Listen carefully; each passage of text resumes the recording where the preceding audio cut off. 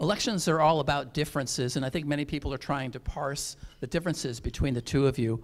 Carrie Moon, you've said that dealing with unsanctioned homeless camps, which are dotting our trails and underpasses, shows the biggest difference between you and your opponent, Jenny Durkin.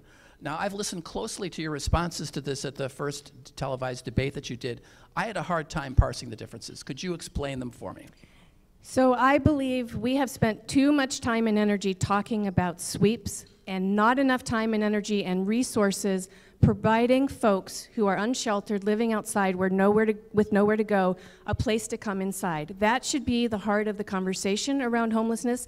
We need to understand, how do we get long-term affordable housing, long-term supportive housing for folks in need, and stop talking about the nuisance of sweeps and start talking about our brothers and sisters who have no place to be. So I want to focus on solutions to invite people inside, invite them to come inside, and then deal, after they've left, after they're in a safe place, then go clean up the mess that's been left because they didn't have access to sanitation or services. But how does that differentiate you from Jenny Durkin? Are you saying different than what she's saying? I think I've heard her say she would continue the sweeps. She can clarify here if she wants, but I thought I've heard her say that through previous forums and debates. Well, first of all, Jenny Durkin, do you agree that this is a big difference between the two of you, how you would deal with these homeless camps that are unsanctioned? Do you agree that that's a huge difference? I think there is a difference here and on several levels, and I do want to address what Carrie said is, because I have been absolutely clear that if you mean sweeps as if you're treating people with a lack of dignity and you're pushing them aside,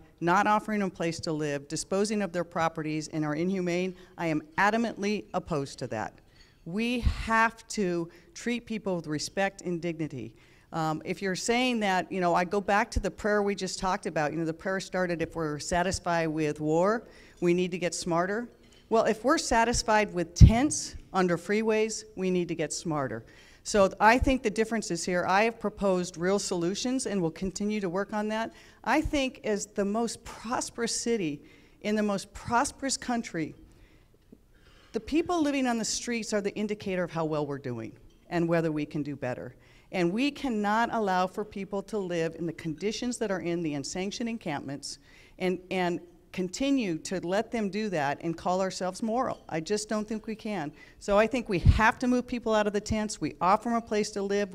I've proposed very specific, both short-term and long-term solutions to this that I think we need to do to solve the problem. You said we have to move people out of the camps. Correct.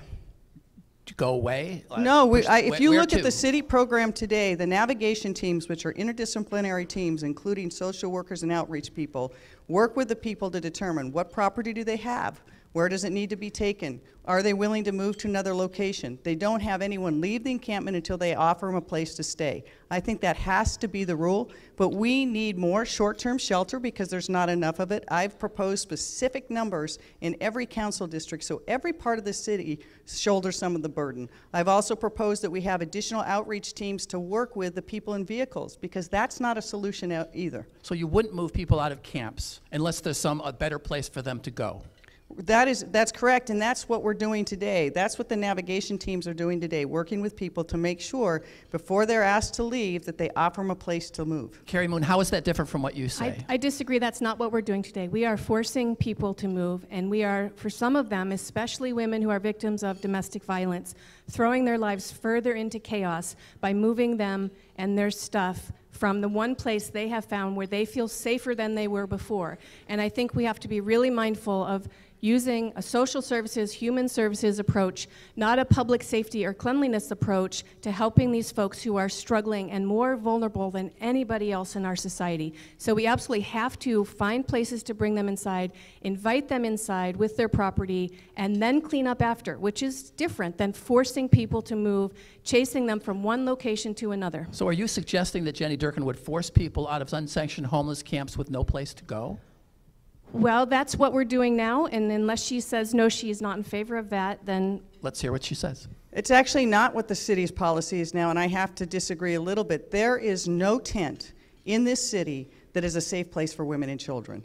And I just think we have to be honest about that. And so I've said in multiple forums, which you fortunately haven't had to go to, that My number one focus in solving this problem is going to be on moms with kids. We have one of the highest ratios of any city in the country of moms living with their children in vehicles.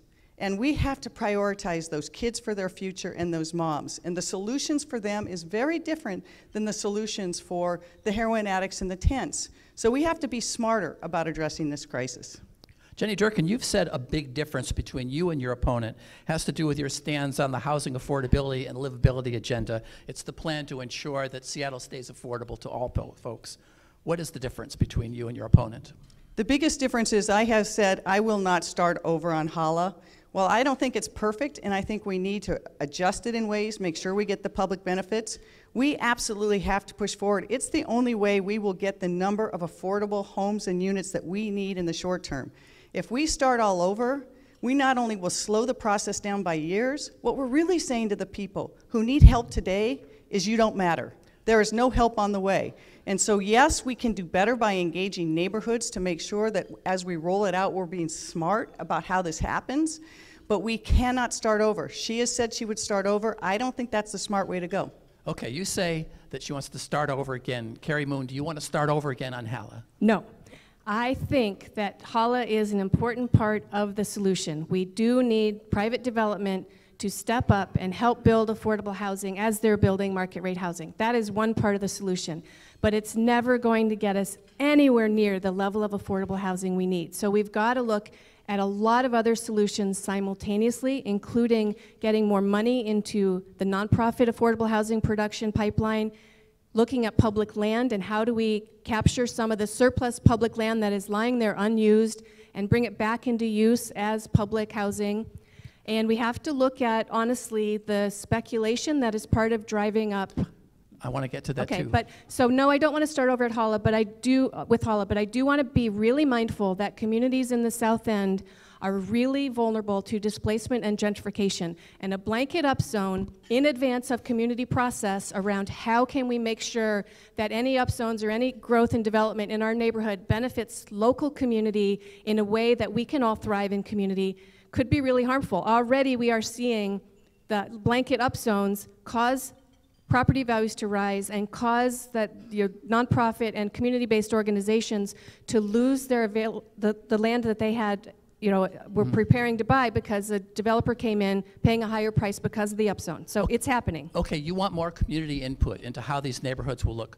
How do you get that? You can talk to 10 people in a neighborhood and get 10 kinds of community input. Yeah, so we invented neighborhood planning in the 90s. I don't know how many of you were around with the great Jim Deers, which was focused on a constructive future vision. Here's how we're growing as a city. Here are the new demands that will be on us in the future. How do we come together as a community, constructively identify solutions to get there together? That's very different than a top-down blanket approach from the mayor's office and a decree. So I would say bring back neighborhood planning to talk through how to do growth. Jenny Durkin, is including neighborhood planning stepping away from the HALA process? No, and I've been absolutely clear I would. I've been in every neighborhood talking to them and actually done walks where I have the upzone maps in my hand.